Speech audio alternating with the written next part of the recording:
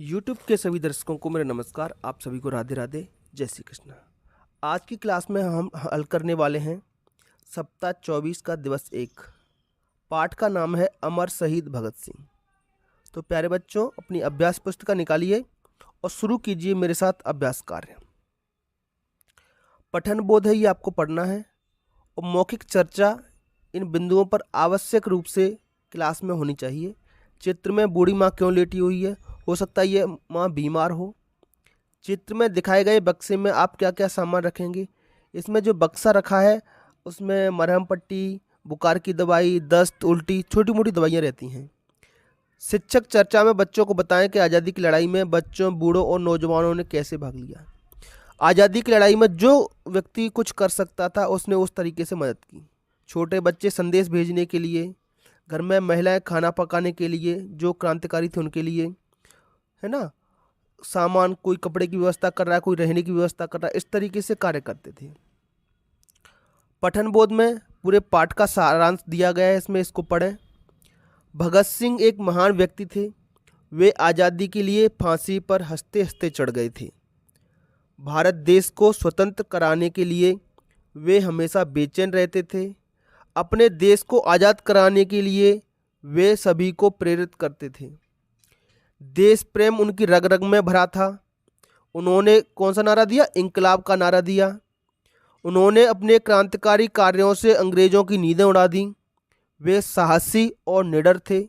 उन्होंने केंद्र सभा में बम फेंका। बम कहाँ फेंका था? केंद्र सभा में, जिसको उस समय भी संसद कहते थे। जो संसद होती है उसको केंद्र सभा कहा गया है। बम फेंककर अंग्रेजों को डरा दिया। इसी कारण उन्हें फांसी की सजा दी गई। उन्हें कौन सी सजा दी गई? फांसी की। तब भारत देश ने अपना सच्चा सबूत खो दिया।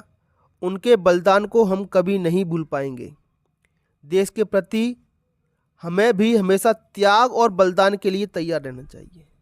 तो ये पाठ पढ़ने के बाद पठन अंश की प्रथम 5 पंक्तियों को लिखना है। एक पंक्ति यहाँ पर ख़त्म होती है, दूसरी यहाँ पूर्वविराम पर ख़त्म होती है, तीसरी ये होती है यहाँ पर। ऐसे करके 5 वाक्य आपको लिखने हैं, ठीक है?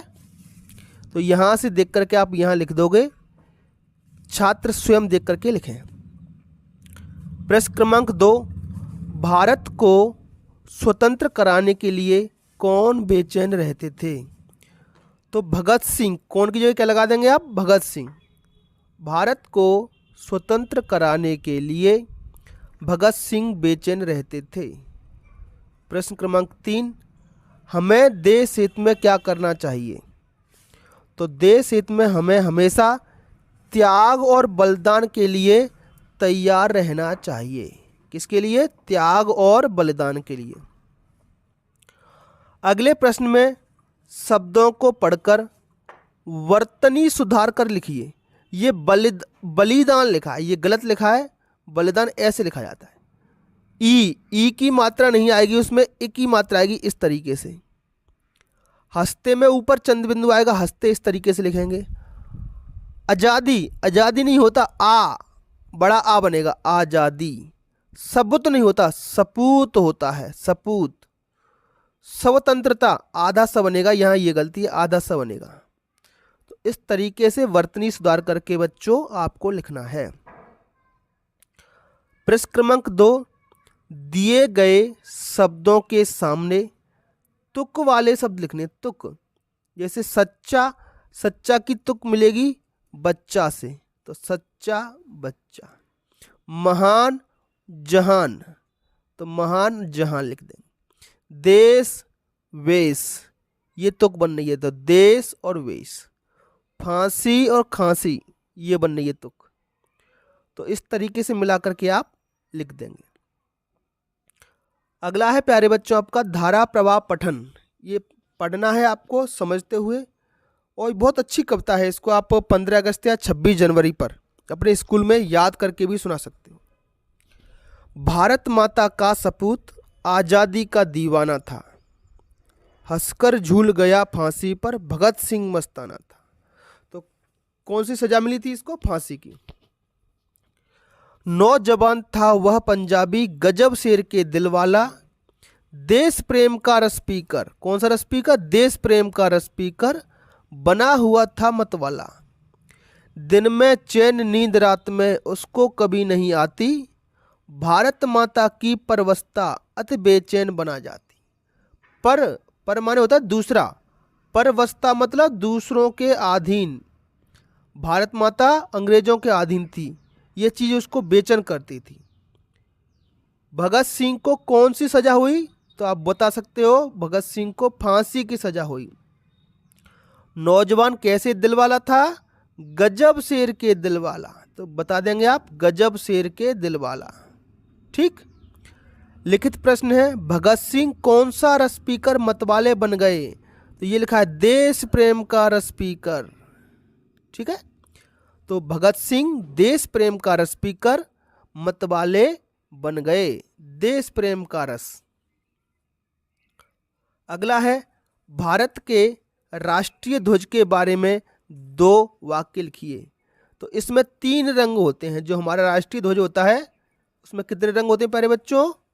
3 रंग होते हैं। ठीक है, ऊपर केसरिया रंग होता है और बीच की पट्टी में, झंडे के बीच में 24 तीलियों का एक चक्र भी होता है। सबसे ऊपर केसरिया रंग होता है, इसमें केसरिया, और नीचे होता है हरा। ऊपर केसरिया रंग होता है, याद रहेगा प्यारे बच्चों, केसरिया। और बीच की पट्टी में सफेद रंग होता है। सफेद रंग शांति का होता है, केसरिया आपका, और हरा रंग सुख समृद्धि, केसरिया त्याग का प्रतीक होता है। अगला है आपका स्वतंत्र पठन है।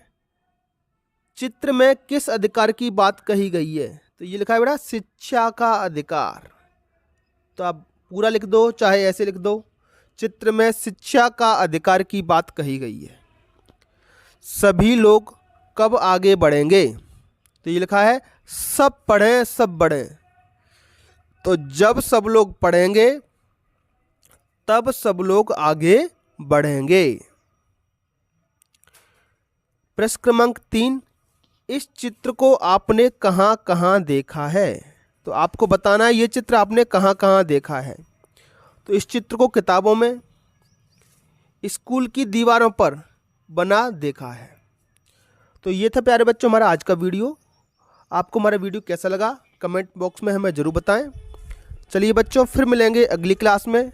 तब तक के लिए आपका दिन शुभ हो। Have a nice day. Thank you and take care.